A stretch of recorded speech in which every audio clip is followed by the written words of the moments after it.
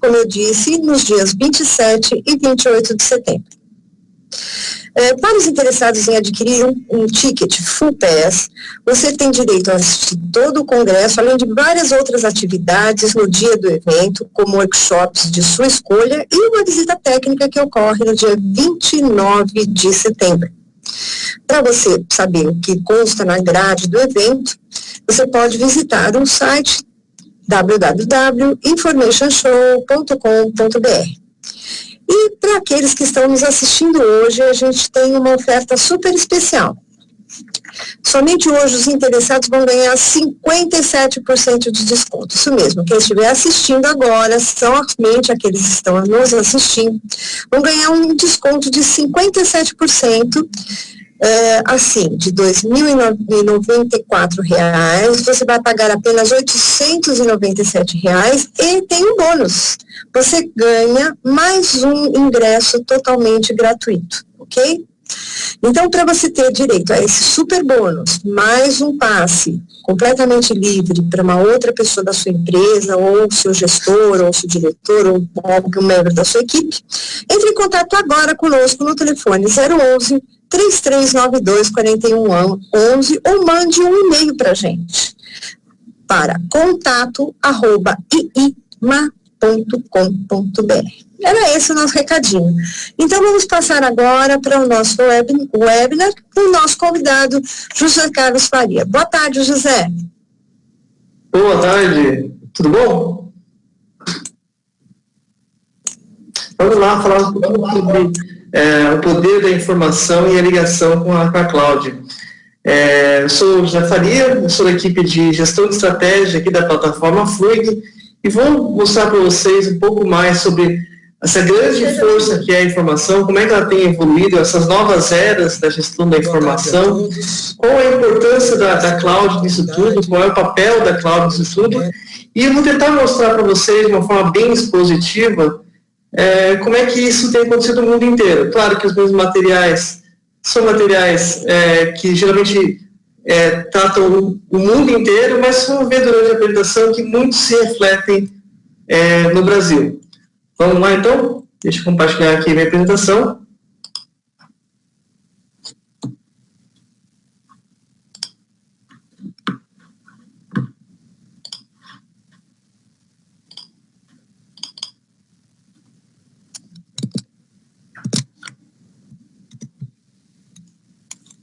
Você já deve estar vendo a minha tela. Então, vamos lá. Vamos falar sobre a gestão da informação. E o primeiro passo de falar do poder que ela tem é reparar quando é que ela não está disponível, né? Um exemplo não muito distante aqui nosso, né? Eu posso citar diversos exemplos aqui da falta de informação, ou a informação não disponível, mas um exemplo que eu trago aqui é da Delta Airlines. A Delta Airlines ela é uma grande companhia americana de aviação. Ela teve uma pequena falha no data center dela durante uma madrugada de domingo para segunda-feira do mês passado, em agosto, em que, depois dessa falha de energia, os sistemas começaram a ficar lentos e só foi se restabelecer no começo da manhã. Depois se teve, como é uma companhia de capital aberto, ela teve que abrir tudo que aconteceu e se retratar tudo que aconteceu durante o período, até se retratar para o próprio governo americano por essa falha, né? Que essa falha acabou cancelando 1.800 voos. Ela contabilizou que foram gastos, custou para a companhia mais 150 milhões de dólares por esse período. E esse período não foi, claro, só um dia. Muito se estendeu por outros dias. Por quê? Porque o sistema que controla a Delta Airlines ficou indisponível e esse sistema tem todo o tratamento e toda a escala de trabalho, onde que, se eu não controlo a escala, eu perco o voo, eu não posso colocar um piloto que já cumpriu o horário dele, não posso estender mais tempo ele. Então, causou um efeito cascata que se gerou esse grande número e esse grande impacto financeiro até referente à falta de informação. Isso nos mostra quão valioso é a informação e até para o trabalho interno, mas até para uma estratégia de negócio, a informação tem o seu papel. Aqui, com a falta dela, você sente, e quando você tem ela de uma forma até diferente do mercado, ela vira uma estratégia. Até um material recente que a IEM comentou sobre Infonomics, né, que seria a economia da informação, né, quão valiosa é a informação. Aqui tem um exemplo também muito recente em que a Microsoft adquire o LinkedIn, uma empresa que tem 433 milhões de usuários, uma quantidade muito baixa de funcionários, né, comparado com grandes empresas, que até a própria Microsoft comprou logo depois, né, como a Nokia, né, e o Skype também que ela adquiriu. Então, o que a Microsoft comprou nessa aquisição, né? Foi muita informação, foi a informação das pessoas, onde elas trabalham, o que elas conhecem, os relacionamentos delas. Então, essa informação que é extremamente valiosa, essa informação que fez valorizar uma empresa que fatura 3 bilhões por ano, que não tem uma lucratividade, né? Se vocês pegarem os balanços delas, vão ver que a LinkedIn não tinha, quando foi adquirida pela Microsoft, um lucro, mas que o grande valor dela é a informação, e o que ela pode fazer em cima dessa informação. Outro grande exemplo que eu trago aqui de empresas que se baseiam na informação e que estão muito valorizadas referente a isso, aqui tem o exemplo do Waze. O Waze, em si, ele também não tem informação nenhuma. Os mapas, ele traz do próprio Google, que foi a empresa que adquiriu ele recentemente. E quem dá aquela informação de que aquela rua está congestionada, tem um problema na via, tem alguma coisa que impede o trânsito, não é o Waze. São as pessoas que usam o aplicativo, então o valor dela, o grande poder do Waze é justamente de resgatar, de capturar essa informação que está espalhada, trazer isso para uma plataforma em que as pessoas possam tomar decisões, por exemplo, de não pegar uma avenida e, por exemplo, pela marginal, que vai ser mais rápido. Então, esse tipo de decisão que o aplicativo ajuda, e a informação que ele tem disponível é o que fez essa empresa que tinha, na época, 20 funcionários, ser adquirida pelo Google por mais de $1 bilhão. Outro exemplo, também com uso da informação, é o Snapchat. O Snapchat tem 330 funcionários hoje, então é uma empresa extremamente pequena, considerando com outras empresas que não têm essa avaliação de $18 bilhões. Ela até foi cotada pelo Facebook para compra, né, mas ele rejeitou e o Facebook fez lá e fez um recurso parecido com o Snapchat.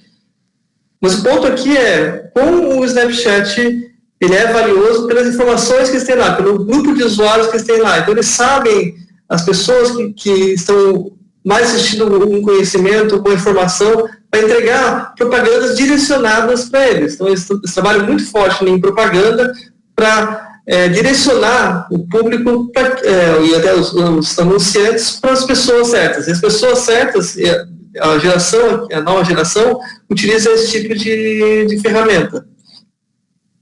Outro exemplo aqui também que não tem ativo físico, né, é a Airbnb. A Airbnb, não sei se todos conhecem, é um serviço de aluguel, de residência, parecido com um hotel, só que não é um hotel que está do outro lado. É uma pessoa mesmo que aluga o seu espaço por um dia, por 2 dias, até meses, você pode adquirir um imóvel, e não só o imóvel inteiro, mas também um quarto, ou dividir um quarto com alguém. E esse volume de informação, né, que hoje eles têm, só para ter uma ideia, né, o Airbnb, ele possui mais de 2 milhões de localizações catalogadas, entre elas, esses 2 milhões que vocês podem escolher no mundo inteiro, um lugar para ficar. Você tem à disposição 1.400 castelos, então se você tem curiosidade de um dia ficar no castelo, o Airbnb tem a oportunidade de vocês reservar um castelo, e 60 milhões de usuários cadastrados. Então, tanto as pessoas que estão colocando o seu imóvel à disposição das pessoas, quanto pessoas indo atrás buscando lugares para ficar. No Rio foi um grande sucesso a utilização do Airbnb, até um dos lugares mais engraçados que as pessoas buscavam era na favela, porque eles queriam ter uma experiência mais autêntica do Rio de Janeiro. É engraçado também que o Airbnb, essa valorização, né, de 30 bilhões de dólares, se você somar as 4 maiores cadeias de hotéis no mundo, que é Hyatt, Starwood, Marriott e Hilton, são grandes empresas, têm ativos gigantescos de hotéis, porque a propriedade deles, não chega nessa avaliação que o Airbnb tem. E, de novo, a única coisa que eles têm é informação. E essa informação é muito bem estruturada. Então, se você vai... quero achar uma residência para ficar no Rio de Janeiro, durante tal data, eu quero uma casa que pelo menos tenha ar-condicionado, tenha TV a cabo, internet, que também tem uma lavanderia, porque eu vou ficar mais alguns dias, eu preciso de lavar alguma coisa. Ele traz essa informação e traz fotos muito bonitas, porque ele trabalha todo um trabalho de catalogar e tirar as melhores fotos para ajudar quem está do outro lado a tomar a decisão. Então, eu trouxe esses exemplos para mostrar quão valiosas são as informações e como empresas estão se baseando nessas informações e sendo valorizadas de uma forma extrema, que a gente nunca tinha visto empresas com tanto... as valiosas são tão pequenas e tão valiosas. Elas estão no clube que o Wall Street Journal citou de startups bilionárias. Assim, trazendo agora para o nosso dia a dia, né, de corporações e empresas, né, como é que isso vem para nós? Né? Aí, a declaração clássica de o que é informação, né? Então, se traz dessas informações não estruturadas, que aquelas informações são os documentos, e-mails, chats, que tem informação, que trocam informação, mas que estão de forma desestruturada, não tem um padrão de buscar informação, e no oposto você tem as informações estruturadas, que são justamente aquelas informações que você tem numa tabela, você consegue tirar informação muito rápida, porque é fácil fazer uma busca através de uma informação estruturada. E ele tem as informações semi-estruturadas, porque ela tem uma certa característica de estruturada, porque algumas informações eu consigo capturar facilmente, mas eu tenho uma maleabilidade de adicionar novas informações, cadastrar novas informações, e ter isso catalogado, capturado, para depois eu entregar e buscar a informação.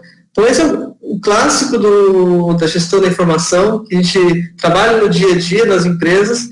Isso se reflete também nos exemplos que eu mostrei anteriormente. Então, no exemplo da Delta, é um sistema estruturado que pode funcionar. No Waze, tem uma característica de semi-estruturado. No Airbnb tem uma estrutura, mas a estrutura ela também ela é variável, e também tem muita questão de publicações que os próprios autores criam e colocam dentro da plataforma deles. Então tem bastante informação que não é só uma tabela, mas sim informação desestruturada. E nas empresas, normalmente isso se traduz para guardar e resgatar essas informações nos sistemas de ECM ou de Document Management. Se pegar até aí a pergunta, né, que vem essa inquisição aqui que eu estou querendo trazer, é como é que isso impacta na empresa. Então, alguns dados aqui sobre quão importante é um sistema de ECM ou de Document Management na sua empresa. 67% das empresas afirmam que são de missão crítica, ou seja, uma queda, né, e essa queda, até um exemplo aqui de meio período, traz danos enormes para dentro da empresa. Então, isso mostra para nós o quão importante é a informação, como ela tem que ser tratada com seriedade e pensando como ela pode ser utilizada no dia a dia das pessoas. Pensando nessas informações e como elas estão chegando para nós e como elas podem ser entregues, né, a gente tem uma série de tendências, e aí eu queria passar com vocês essas tendências de mercado referente à gestão de informação, quais são elas, aí trazer dados bem analíticos para vocês sobre como ela está. Um primeiro aqui que eu trago para vocês é do Gartner. O Gartner tem esse Hypocycle que mostra como está as tecnologias frente ao pico de crescimento delas, né, quando elas nascem, quando elas estão no seu pico de expectativas infladas, que eles chamam, quando começa a decair, porque não vê que não é bem aquilo, começa a tratar ela para aí sim, depois do vale das desilusões, chega na rampa de iluminamento, né, que seria agora ela pode ser utilizada, já é madura o suficiente para ser utilizada, né? Então, que chama de platô, né, de tecnologia, pode ser de 2 a 5, 10 anos, ou até 10 anos. Então, tem tecnologias aqui que ela vê daqui a 10 anos ter um platô, como, por exemplo,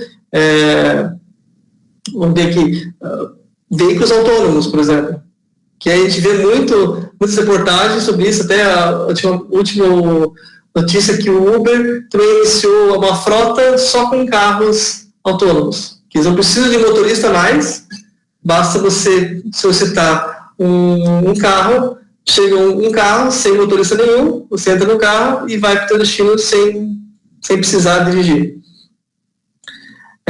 Isso é o futuro, claro. E aí, o que isso traz referente à informação? Eu destaquei aqui algumas tecnologias que só são vitais, só são utilizáveis se tiver informação por trás. Se eu tiver por trás disso um grande volume de informação e informação correta. Não adianta ter informação incorreta, porque entra lixo, vai sair lixo. Então, algumas tecnologias que estão bem faladas agora, e esse material aqui é de 2016, mas só para reforçar com vocês. Machine Learning, né, que é a nova vedete desses últimos anos, que é como é que eu faço a tecnologia trabalhar para mim, para tomar decisões, para analisar informações, para tomar ações referente às informações que eu tenho disponível. Então, novamente, se eu tiver informação, por exemplo, um caso clássico de machine learning é buscar se o cliente meu está com tendência a virar churn, ou seja, sair da minha empresa, desligar meu serviço. Como é que eu sei essa informação? Como é que eu vou buscar essa informação? Se ele está parando de usar o meu serviço. Então, capturar essas informações, se ele está usando o serviço, se eu não tiver isso, o machine learning não vai conseguir fazer absolutamente nada. Ele precisa de informação e informação correta para tomar e ajudar você a tomar a decisão. Algumas outras palavras que se tem utilizado bastante, o especialista cognitivo, que é aquele que você faz uma pergunta para ele e ele busca a resposta com uma série de informações que tem disponível, de uma forma natural, até entra com a Natural Language Question Answering, que é a busca por linguagem natural. Então, quem é o presidente da República? Então, se eu tiver uma base de dados atualizada, ele vai me retornar uma informação incorreta. E por isso que a informação volta a ser o papel principal dessas tecnologias. Outra tecnologia que também aparece aqui é a Personal Analytics, que traz até da questão a informação antigamente lá era privilegiada, ou seja, quem tinha acesso a um BI, por exemplo, era uma pessoa de alto escalão, não era uma pessoa no dia a dia que tinha acesso a esse tipo de informação. O que se vê hoje é justamente que o Analytics se torna mais self-service, se torna mais pessoal, e as pessoas têm acesso à informação para justamente tomar as decisões e mais acertadas, porque elas têm a informação disponível. Então, o que um dia era escondido, hoje qualquer pessoa pode ter acesso e buscar a informação que precisa. Esse tipo de interação, né, esse tipo de busca de informação, traz muito ligada a nós com a consumerização. Essa palavra aqui já foi discutida em muitos materiais, mas eu queria só apontar que nessa questão da consumerização, ou seja, as pessoas usar a tecnologia da mesma forma como nós somos consumidores de qualquer outra coisa no mundo. Então, se eu quero um telefone celular, eu não preciso preencher um formulário, ir até uma área, esperar 3, 4 dias e vir o celular. Eu posso ir no e-commerce, fazer o pagamento e receber logo depois o item. Então, esse tipo de experiência que o consumidor tem, chega na empresa de forma bem disruptiva, porque as pessoas esperam que as empresas também tenham essa experiência mais ágil, mais simples no dia a dia. Então, não é bem uma estratégia que as pessoas têm que ter, é mais como elas vão lidar com essa consumerização, como elas vão trazer essa expectativa que as pessoas saíram lá do mundo não empresarial e vão para o mundo empresarial e se chocam com processos burocráticos para fazer uma determinada ação. Então, se eu preciso fazer um pedido de compra, por exemplo, de um papel, o quão isso é burocrático dentro da empresa. Isso traz um fluxo até inverso de tecnologia. O que eu quero dizer com um fluxo de inverso de tecnologia? O que antigamente você tinha lá, as grandes empresas tinham tecnologia de ponta, e as pessoas, quando saíam da sua casa, iam para a empresa trabalhar com tecnologia de ponta, hoje o que a gente está vendo é simplesmente o contrário. Ou seja, as pessoas trabalham de um dia a dia com alta tecnologia, tem um smartphone, tem um tablet, tem um smartwatch, tem uma série de tecnologia no seu dia a dia, mas quando vai para a empresa, a realidade não é mais de alta tecnologia. Já está um passo atrás essa realidade. Então, consumerização não é uma estratégia, é uma coisa que a empresa tem que saber lidar com ela e saber absorver no mercado, absorver do dia a dia das pessoas as tecnologias para que elas realmente tragam resultados dentro da empresa. Ferramentas grátis, assim, que estão lá no toque, é o exemplo mais clássico que a gente tem nisso. Um exemplo no ECM até, as ferramentas de EFSS, então o Enterprise File Sync Share, que é justamente aquelas tecnologias que, assim como o Dropbox, Box, deixam você arrastar e resgatar um arquivo de forma muito fácil. E claro, se não tiver nenhuma política que impeça, qualquer pessoa pode ir lá e buscar essa tecnologia, pode ir lá e capturar, guardar o documento e transportar o documento. Isso traz um grande silo de informação e também traz um dado do Gartner, que esse tipo de solução tende a sumir. Por quê? Muito mais pessoas observam isso e trazem para o dia a dia, das empresas. Por quê? É algo que veio do dia a dia das pessoas que vem para as empresas. E a grande preocupação que a gente tem que ter aqui, né, com essas tecnologias que aparecem, as pessoas usam sem ter até uma governança da informação, é qual o impacto que isso vai causar dentro da empresa. Nesse cenário, né, que a gente tem das empresas, a gente tem algo muito incerto. Aqui eu trago uma informação da IEM referente a justamente esse Enterprise File Sync Share, que mostra que os funcionários, as empresas sabem que os funcionários usam ferramentas não aprovadas, ou seja, compartilham documentos, compartilham informação com ferramentas que não foram homologadas, não foram aprovadas para serem utilizadas. E outra estatística é que 35% não tem registro disso. Pode ser que eles estejam usando, mas eu não tenho noção de se eles estão ou não estão usando. Então, pelo menos mais de metade tem noção que eles já estão usando e isso tem um impacto. Por que eles fazem isso, né? Um problema mais clássico, né, que as pessoas têm é preciso mandar um documento, seja ele um contrato, uma planilha de preços, para alguém fora da minha empresa. Como é que eu vou transferir essa informação? A forma mais clássica é mandar por e-mail. Só que não é só isso que as pessoas usam. Eles usam ferramentas cloud, como, por exemplo, um vídeo que tem lá 200 megas, não vai por e-mail. Aí elas usam lá uma ferramenta, lá, por exemplo, o YouTube, copiam no YouTube e mandam o link para alguém. E como é que vai ser a gestão dessa informação? Essa é a minha preocupação, só quis instigar aqui para vocês essa preocupação e essa consumerização. 40% das pessoas afirmam que para fazer isso, para pegar um documento da empresa e mandar para outra empresa, colocam isso num pendrive, ou seja, colocaram na mídia física e transmitiram de forma física para outra pessoa. Então, isso também mostra a fragilidade que a informação tem. Né? Quem está utilizando isso, né, das organizações, precisam compartilhar a informação para fora. Então, esse cenário aqui que eu trouxe não é uma exceção, e cada vez mais isso vai acontecer, porque a colaboração está aí para isso, né, está aí para compartilhar o que se tem, não só numa empresa, em várias empresas, e o que é o mais caótico disso as 50% das organizações falam que não existe um padrão para esse cenário que eu acabei de falar. Então, você perguntar para uma empresa, eu preciso mandar um vídeo de 200 MB para outra empresa, porque ela vai fazer uma edição, como é que eu faço? A resposta é, não temos um padrão aqui.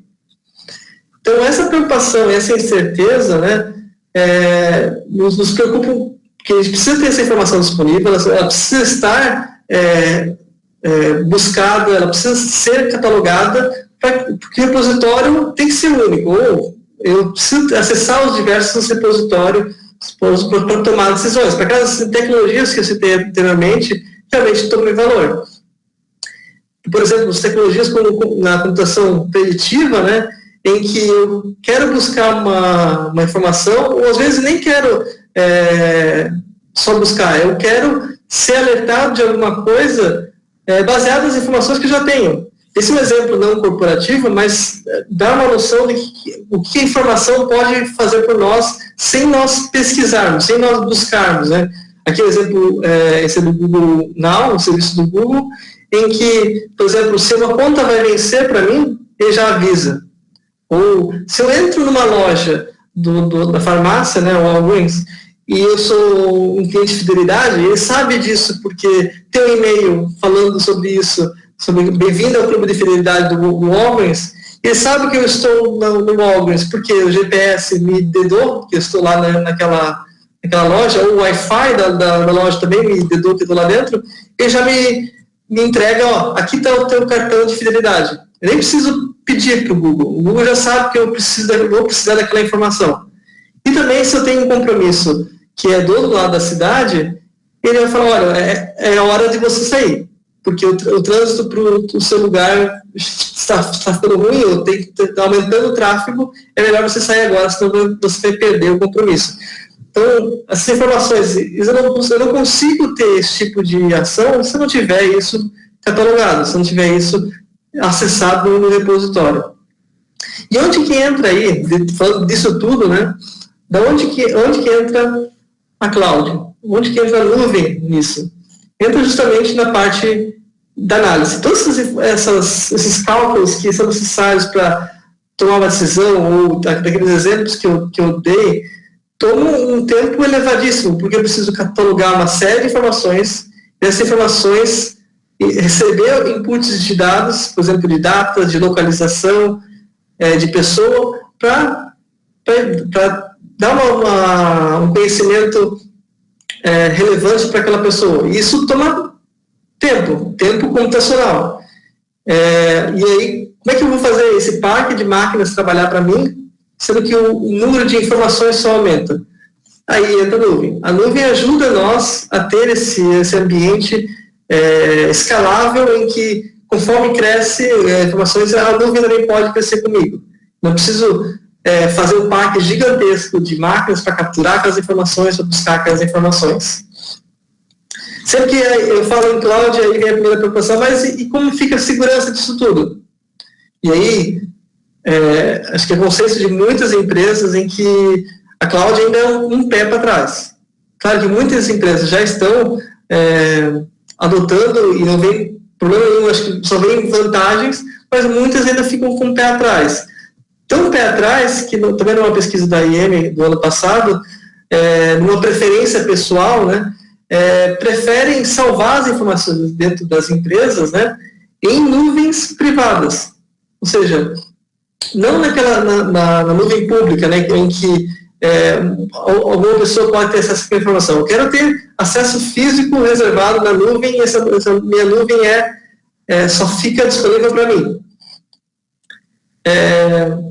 E aí, até uma estatística seguinte, as empresas maiores têm 38% que o ambiente controlado é mais seguro. E aí, de onde que vem isso, né? Claro, muitas preocupações por exemplo, se a informação está no data center que não é meu, os operadores do data center vão ter acesso à minha informação? Eles vão conseguir acessar aquela informação? Essa é uma das principais preocupações. Também essa informação, como ela vai estar na nuvem, ela vai ser interceptada. Essa é uma outra preocupação que aparece bastante. E uma outra pergunta que também eu fiquei bem, surpreso de saber que isso também é uma preocupação do mundo inteiro, não é só uma preocupação do Brasil. 75% dos executivos nos Estados Unidos, Europa e Ásia falam que um problema para adotar a nuvem é a conectividade com a internet. Eles não confiam que a internet vai estar disponível da missão crítica que eles têm. Um dos primeiros slides que eu mostrei aí da importância que esses sistemas vão ter se eles estiverem disponíveis. Então, essas preocupações e essas fundamentações, eu não vou entrar em detalhes em como cada uma pode ser resolvida, mas só para mostrar para vocês que essa preocupação ela existe e não é só no Brasil que a gente tem elas. Né? Mas, sim, os motivos para adotar a nuvem são muito claros, são muito fáceis de a gente elencar aqui quais são os grandes benefícios. Aqui tem os top, né, que levam uma empresa a adotar a nuvem. Então, o top principal é não precisar de investimento inicial grande. Então, se eu quero fazer alguma solução de analytics, vai me ajudar a tomar uma decisão, vai me ajudar a analisar todas aquelas informações que estão sendo trafegadas, eu não preciso fazer um novo data center dentro da minha empresa, com um parque de máquinas, com um novo banco de dados, porque eu posso alugar isso por hora, usar isso da hora que eu precisar, na hora que eu precisar buscar essas informações. Também a parte de não ter a manutenção e suporte interno, né, ou seja, manter esse parque de infraestrutura também é um grande motivo que leva as empresas a buscar soluções cloud. Outro que também me veio com surpresa é a questão dos dispositivos móveis. Como tradicionalmente os sistemas estão fechadinhos dentro das empresas, né, essas interações com os dispositivos móveis, em boa parte das empresas que estão sendo pesquisadas falaram que não tem acesso, porque é travado, só pode acessar informações dentro da empresa.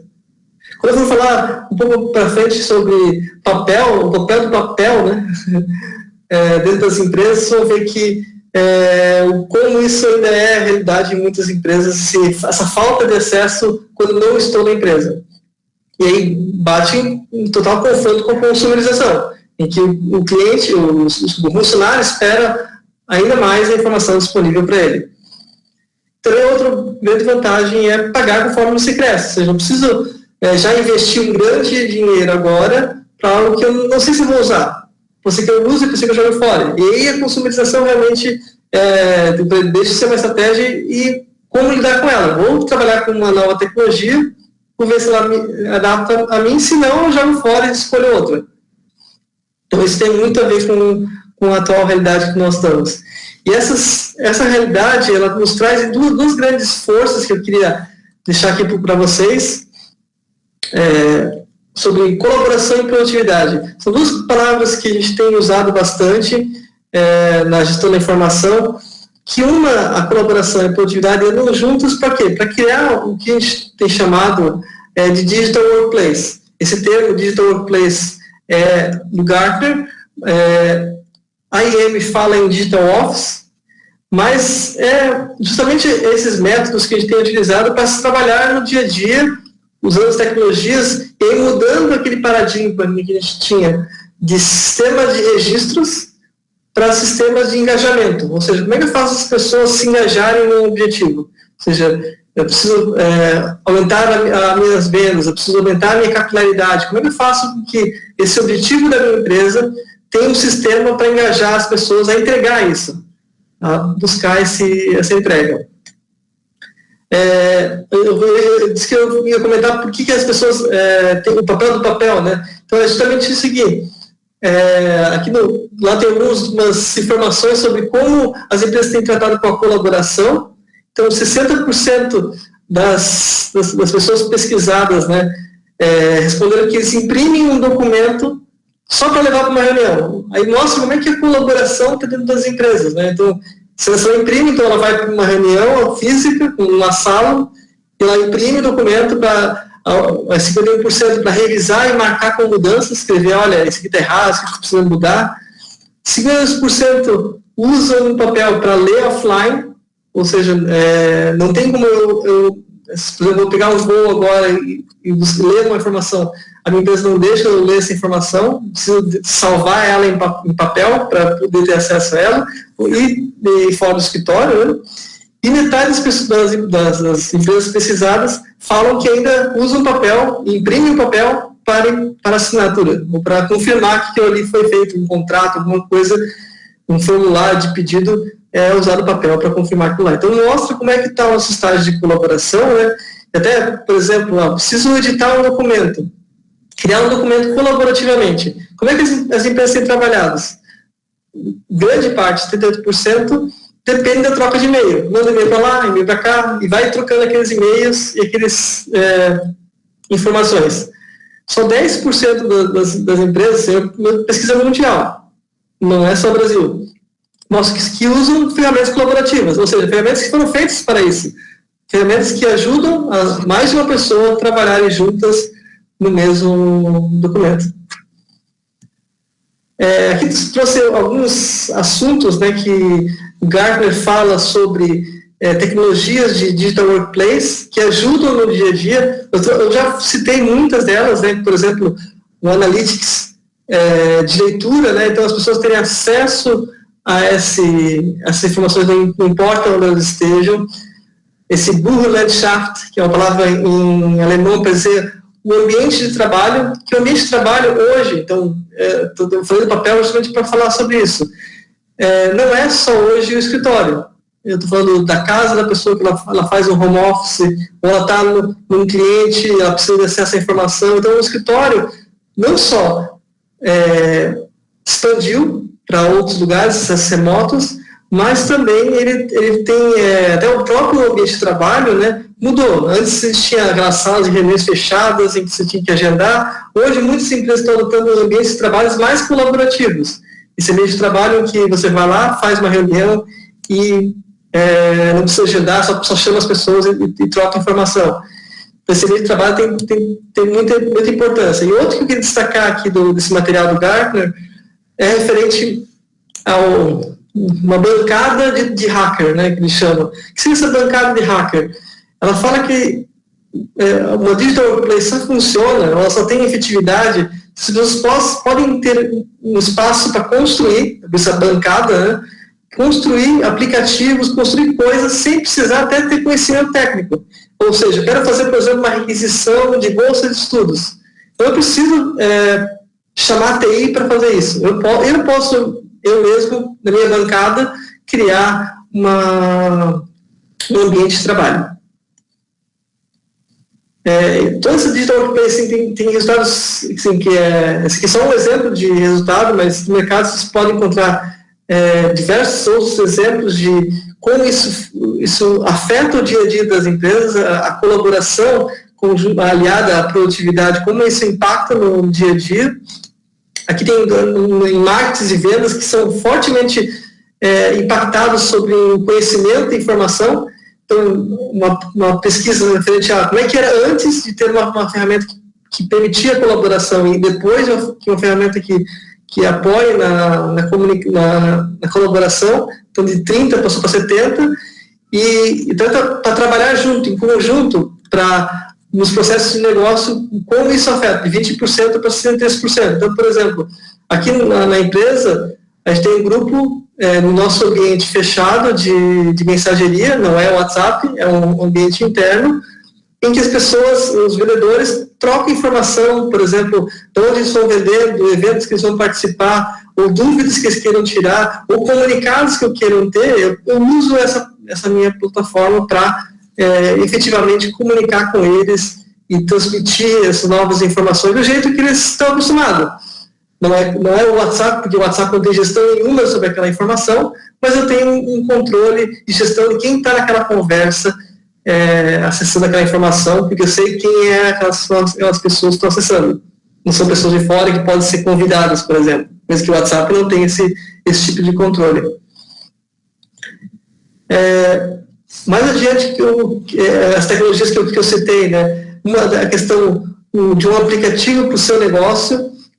Então, a competitividade e diferenciação, elas trazem muito papel aqui, e aí as ferramentas de ECM, junto com ferramentas de workflow, de BPM, tem o seu grande papel, porque eu crio do meu jeito as interações, não é um jeito padrão, porque cada empresa tem a sua forma de trabalhar. Eu não consigo ser diferencial com outra empresa se não tiver esse tipo de ferramenta que me apoie. Eu modernizo até as interfaces que estavam lá no RP, lá escondidas, em que tinha uma tela toda feia que eu utilizava. Eu consigo utilizar agora uma interface mais moderna e entregar isso para as pessoas.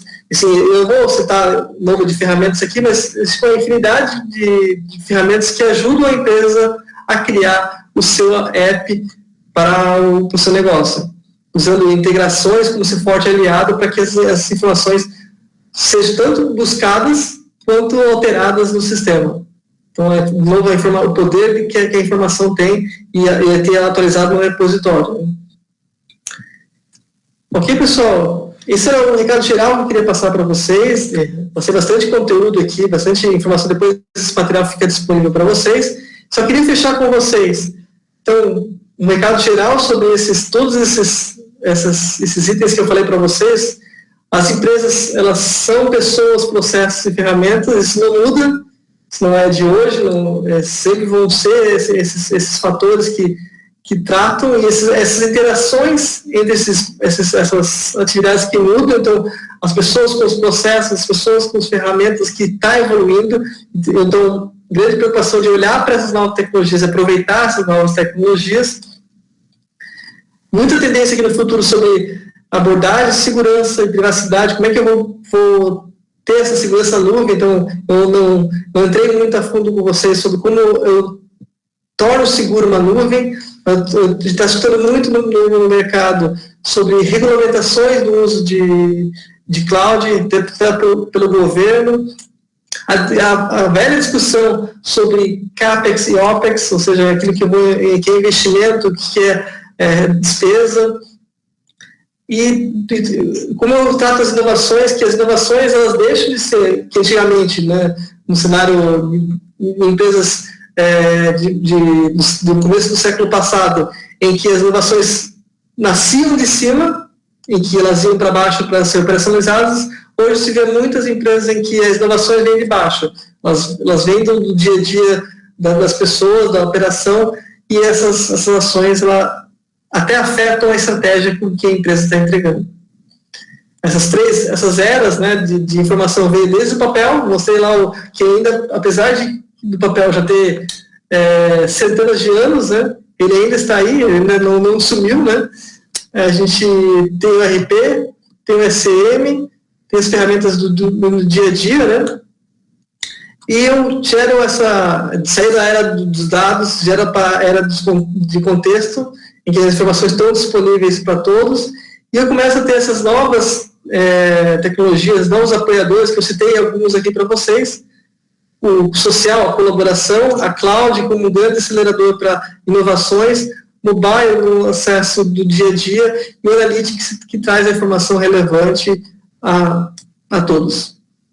Então esse é o recado que eu queria passar para vocês. Sim, foi uma versão mais rápida aqui sobre vários aspectos, e espero que tenha tocado vocês na questão de quão importantes são as informações e como eu posso tratar elas, e que tecnologias que vão me apoiar a criar um ambiente de trabalho mais inovador, criar uma digital workplace para apoiar a empresa. Obrigado a todos. Maravilha, José, a gente te agradece, mas a gente até vai entrar aqui com duas perguntinhas que vieram pelo e-mail, tá?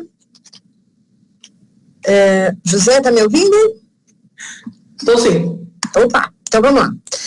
Uma das perguntas é do Carlos Henrique Palhares, ele é de São Paulo. Você mencionou as novas tecnologias. Como empresas de pequeno porte podem utilizar desses recursos sem onerar demais a sua folha? Qual é a alternativa?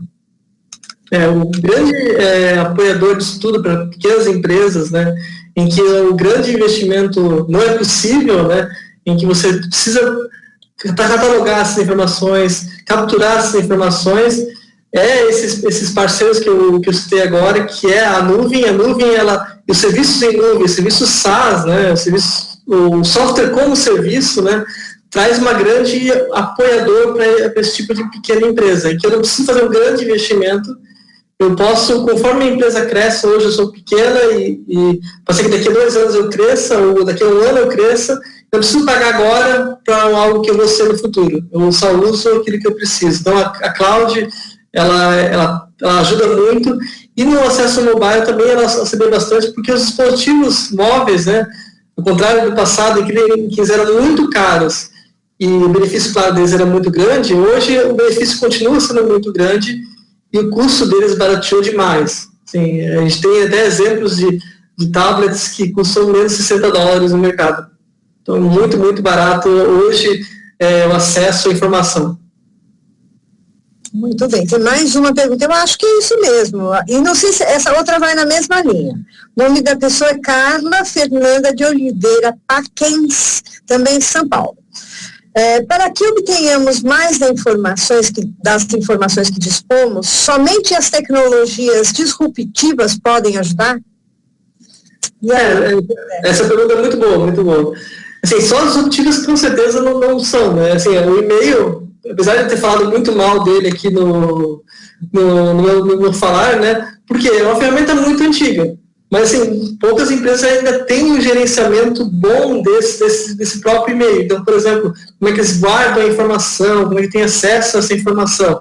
Então, eu não digo só as ferramentas disruptivas, as próprias ferramentas de ECM, que já estão há um bom tempo, você ali as eras, né?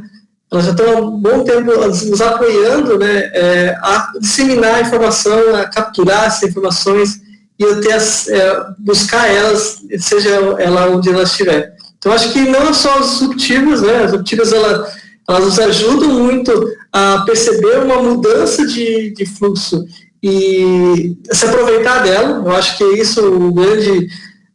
Porque a gente tem que ficar atento a elas. Então, por exemplo, uma disruptiva é essa questão do machine learning e de cognitiva, né? Que você consegue tomar ações, mas, como eu falei, você não vai conseguir fazer isso se você não tiver essa informação bonita, organizada e limpa dentro da sua base, porque, como eu falei, se tiver lixo de informação, mesmo as tecnologias disruptivas, vai sair lixo também. Então, essa é a grande preocupação que tem que ter na gestão da informação. Muito bom. Então, é isso por hoje. Se você destruir um cheque em P4, a informação vai estar destruída, estará destruída. Mas você vai saber que aquilo era um cheque. Dá para saber que aquilo era um cheque. Quando você destrói em P5, além da informação estar destruída, não dá para saber que aquilo era um cheque anteriormente. Então, ele, além de destruir a informação, ele descaracteriza o documento. O nível P6